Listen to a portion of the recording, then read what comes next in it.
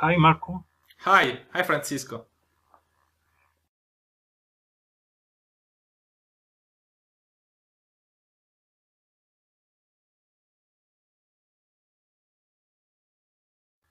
I am 28 years old and I still live in Rome, Italy.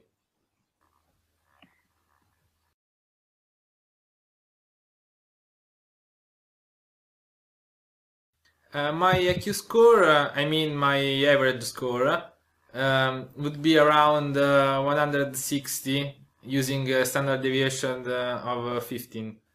And I discovered this IQ world, IQ tests, and IQ societies, this little world, um, when I was 23 years old. This doesn't mean something in particular for me, but it has been a good method to knowing better myself and discovering something that I haven't already known about myself. Uh, Not everything, but just something more.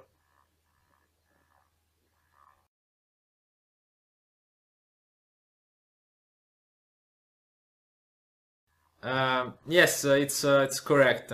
I am from Roma Tre University in Rome, and but I'm not currently involved in economics, nor I am still a student.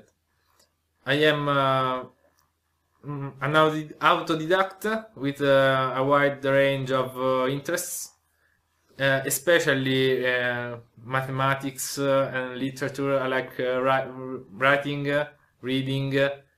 Uh, this is a personal definition, but I think that I am mainly an autodidact rather than an economist.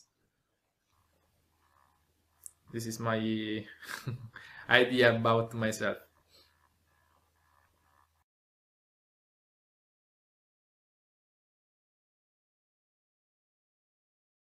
I typed a couple of papers in 2008 or so, 2009, I can't remember the exact year.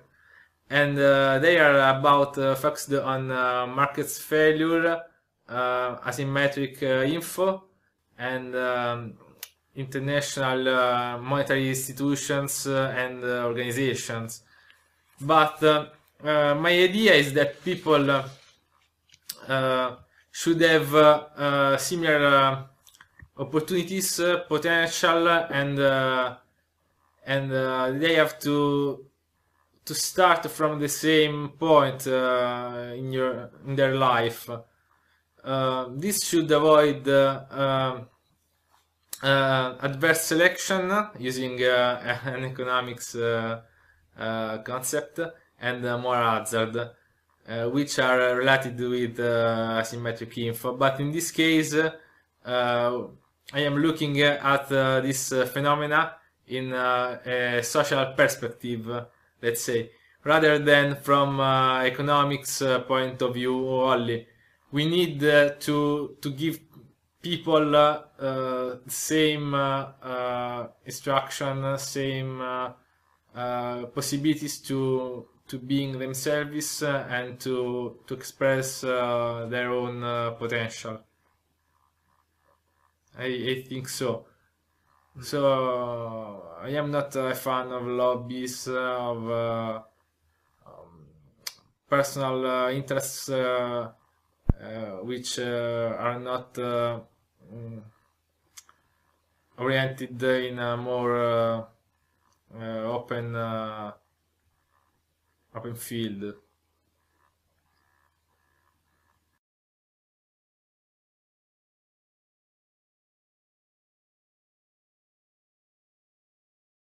Yeah, you are right. I am the father of about 15 integer sequences, and my last sequence concerns the nine dots problem, and its extension to n multiplied n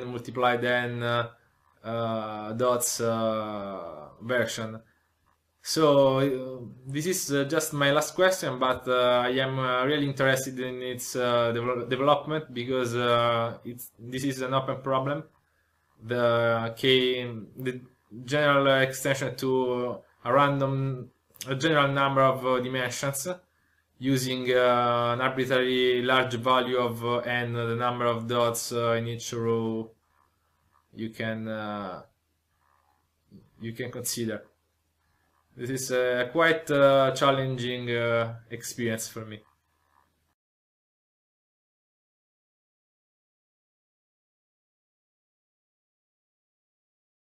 My this society, the group I founded in 2010 February, has currently about 90 members and prospective members, and it's mainly focused on the gifted children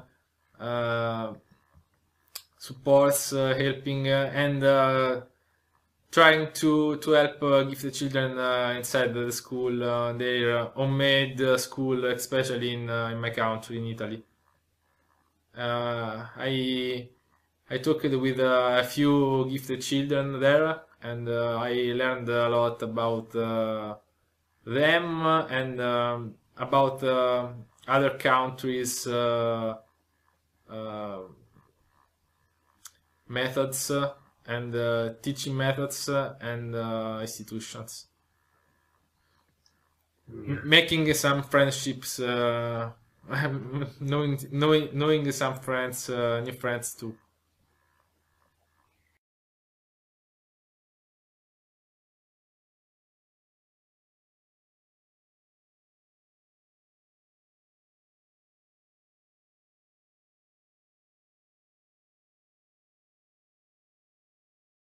Yeah, Gaetano is a good friend of mine from the IQ world, indeed, and he's a member of SPQR Society as well, which is the group I founded. We have just talking about.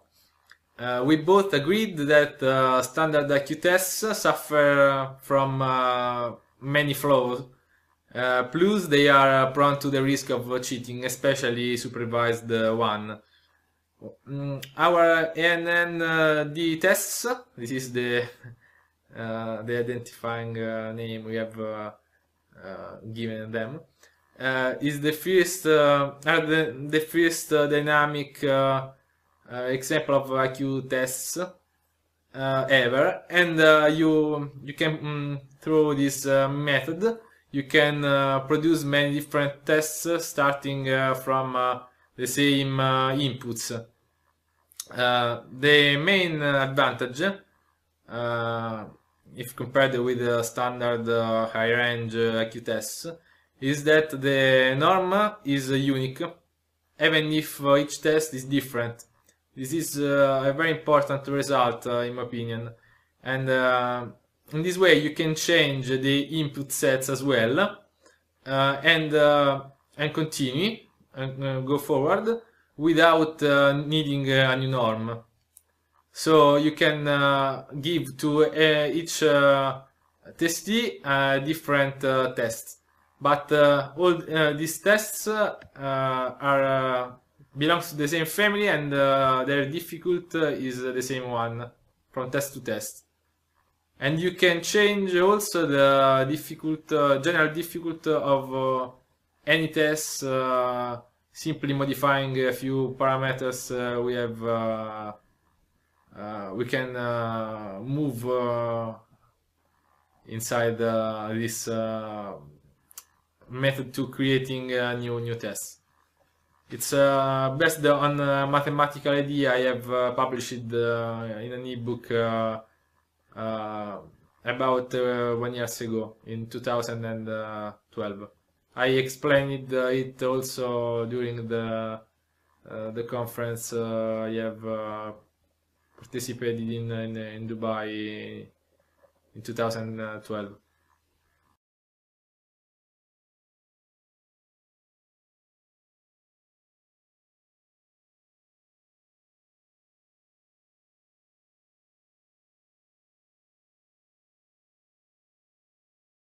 Yeah, this is a very good question. Thanks for asking.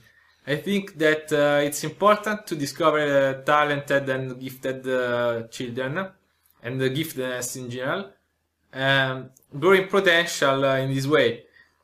So, family and school have to sustain the child, letting him to achieve his best, in my opinion. This is a good thing, but allowing him at the same time to elaborate main distinctive interests. Uh, in particular, school would support gifted pupils through acceleration, which means skipping one or more scholastic years via curriculum compacting and via curricular enrichment. This means that school have not to be focused on a rigid pattern, rigid way to teach to its students, but we need a more flexible curriculum for gifted pupils and children, because it's quite common that a gifted child is boring, shows boring symptoms when he's in school, if you are not able to give him something challenging and interesting for him.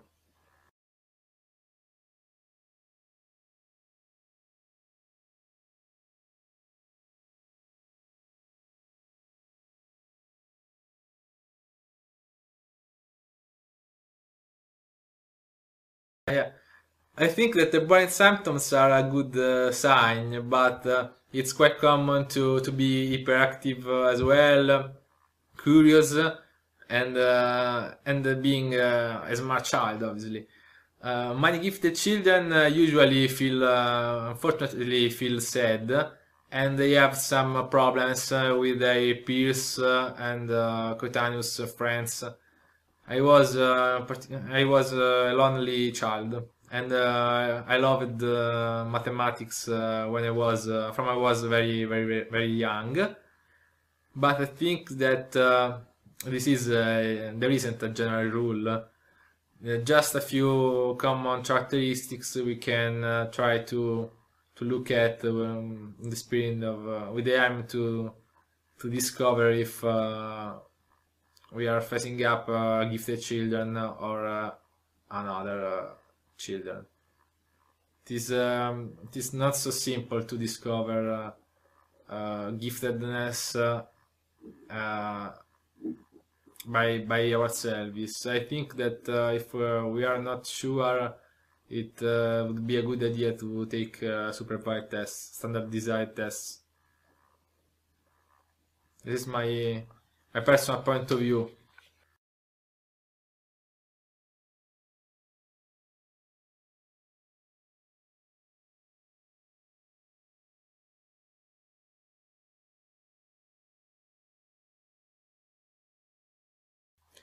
Win is not a common IQ society like SPQR or so, or another group. Is It's a meta society, a meta IQ society. I am just a member of the Win, and I am not the only one to think that it is the right place to discuss or meeting gifted people and IQ Society's founders and presidents. It's a good place where you can start to know him better yourself and other gifted friends, meeting gifted friends, make some new friendships, and so it's a nice place, an open place,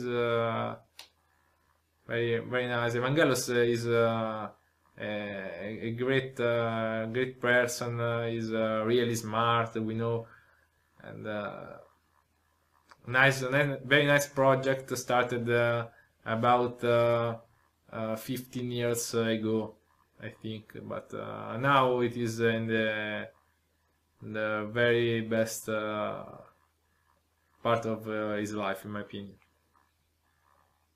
It's life.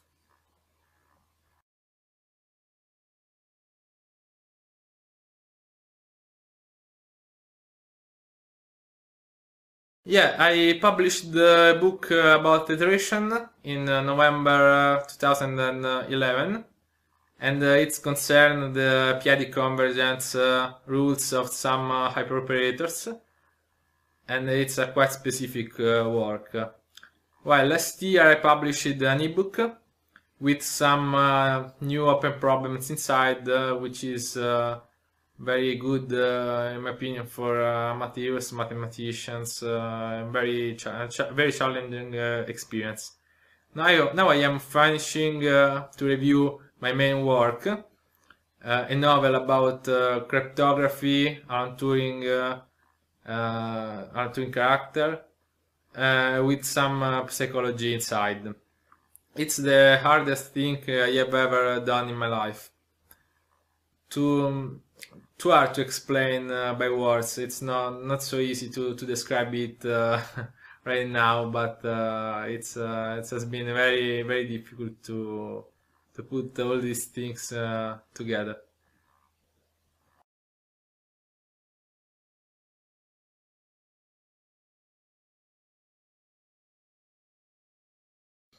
I'd like to thank you very much, first of all, for this interview and for the opportunity to letting me talk about gifted children, gifted children's difficulties, feelings, and problems. Unfortunately, there are some more. There are more than 100,000 gifted children's people and gifted children, obviously. So this is a very large number and a very great potential that, in my opinion, is it would be very important to support and letting to these gifted people express themselves, their skills, their feelings, and this is a general matter, but 100,000 gifted children in roughly 5 million people. Well, nice to meet you, Marco. Yeah, thank you. Thanks for the interview. Thank you very much for all, and it has been a pleasure to talk with you, to meet you on the Win board and on Skype.